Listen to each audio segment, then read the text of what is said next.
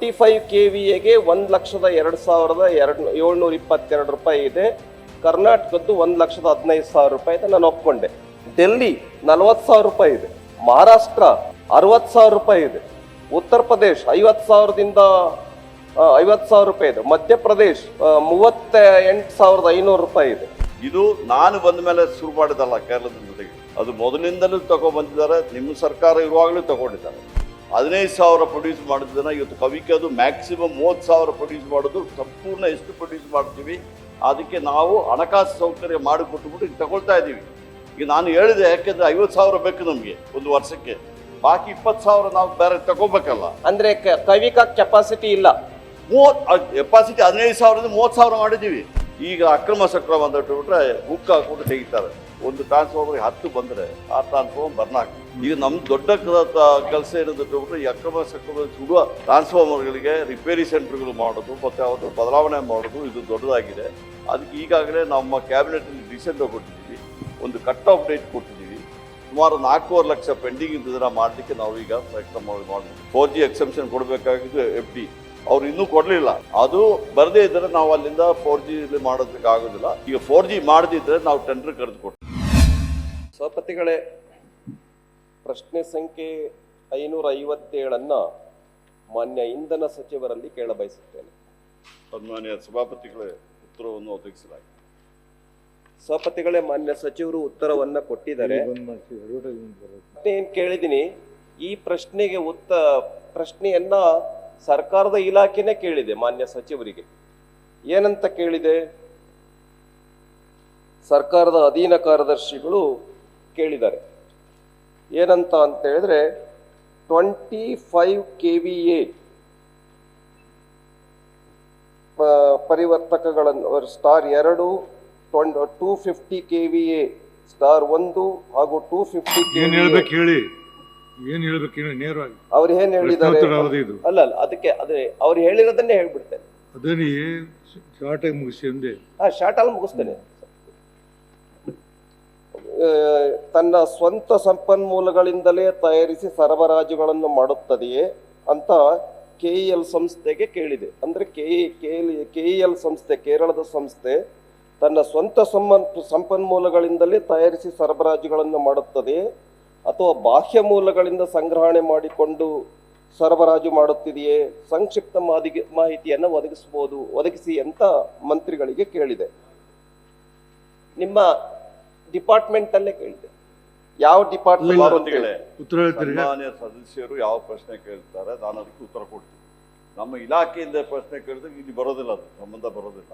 ನೀವೇನ್ ಪ್ರಶ್ನೆ ಕೇಳಿದ್ರೆ ಅದಕ್ಕೆ ಉತ್ತರ ಕೊಟ್ಟಿದ್ದೀರಿ. ಅದ್ರಲ್ಲಿ ಏನಾದ್ರು ಸಂಶಯ ಇದ್ರೆ ನೀವು ಕೇಳಿ. ಅಲ್ಲ, ನನಗೆ ಸಂಶಯ ಇರೋದೇನು ಅಂತ ಹೇಳಿದ್ರೆ, ಫಾರ್ ಎಕ್ಸಾಂಪಲ್ ಹೇಳ್ತೇನೆ ಸಹಪತಿಗಳೇ.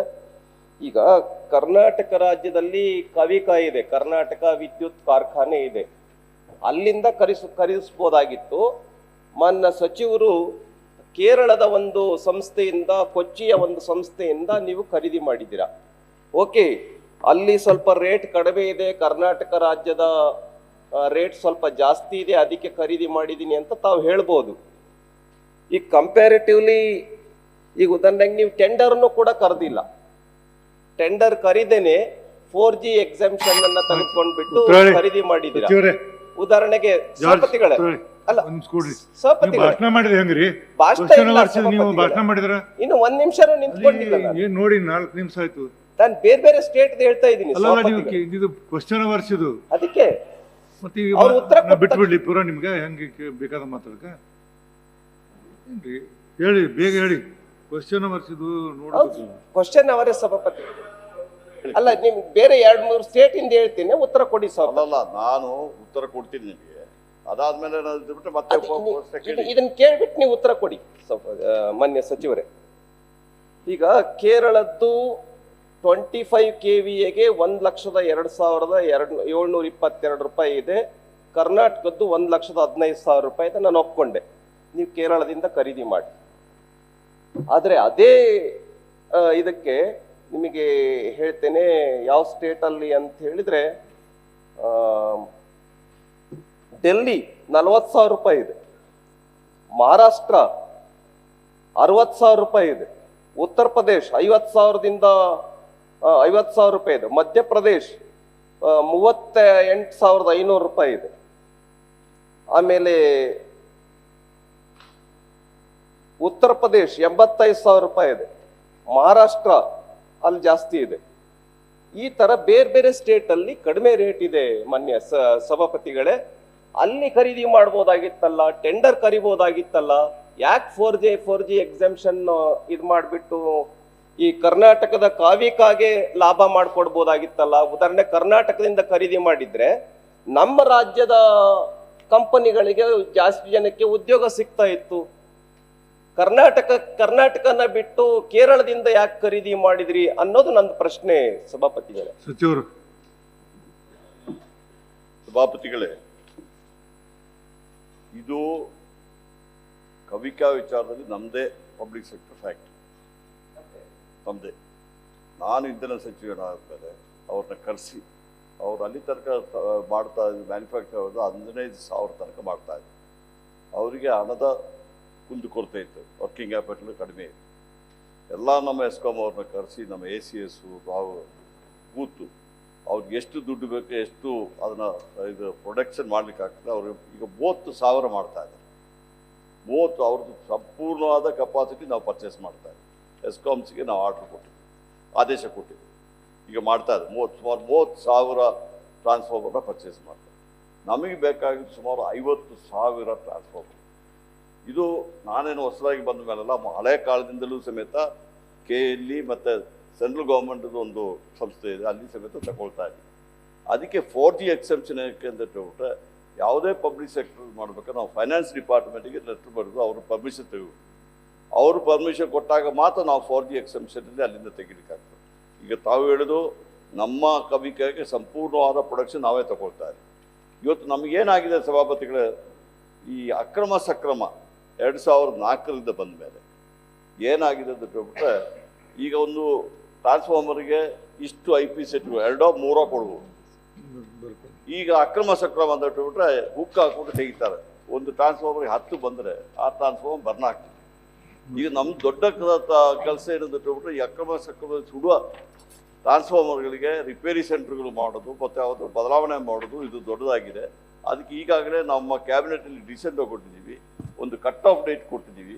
ಸುಮಾರು 4.5 ಲಕ್ಷ ಪೆಂಡಿಂಗ್ ಇದ್ದದನ್ನು ಮಾಡಲಿಕ್ಕೆ ನಾವು ಈಗ ಪ್ರಯತ್ನ ಮಾಡಿಬಿಟ್ಟು ಸುಮಾರು 2.25 ಲಕ್ಷ ಈಗಾಗಲೇ ಕೊಟ್ಟಿದ್ದೀವಿ. 500 ಮೀಟ್ರದ್ದು ಒಳಗಡೆ ಇರುತ್ತೆ ಕೊಟ್ಟಿದ್ದೀವಿ.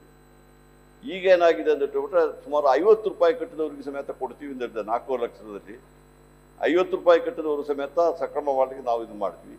ಆದರೆ ಅವರು ಸುಮಾರು 25-30 ಸಾವಿರ ರೂಪಾಯಿ ದುಡ್ಡು ಕಟ್ಟಬೇಕಾಗ್ತದೆ. ಈಗ ಬೇರೆಯವರೆಲ್ಲ ಕಟ್ಟಿ ತಗೊಂಡಿದ್ದಾರೆ.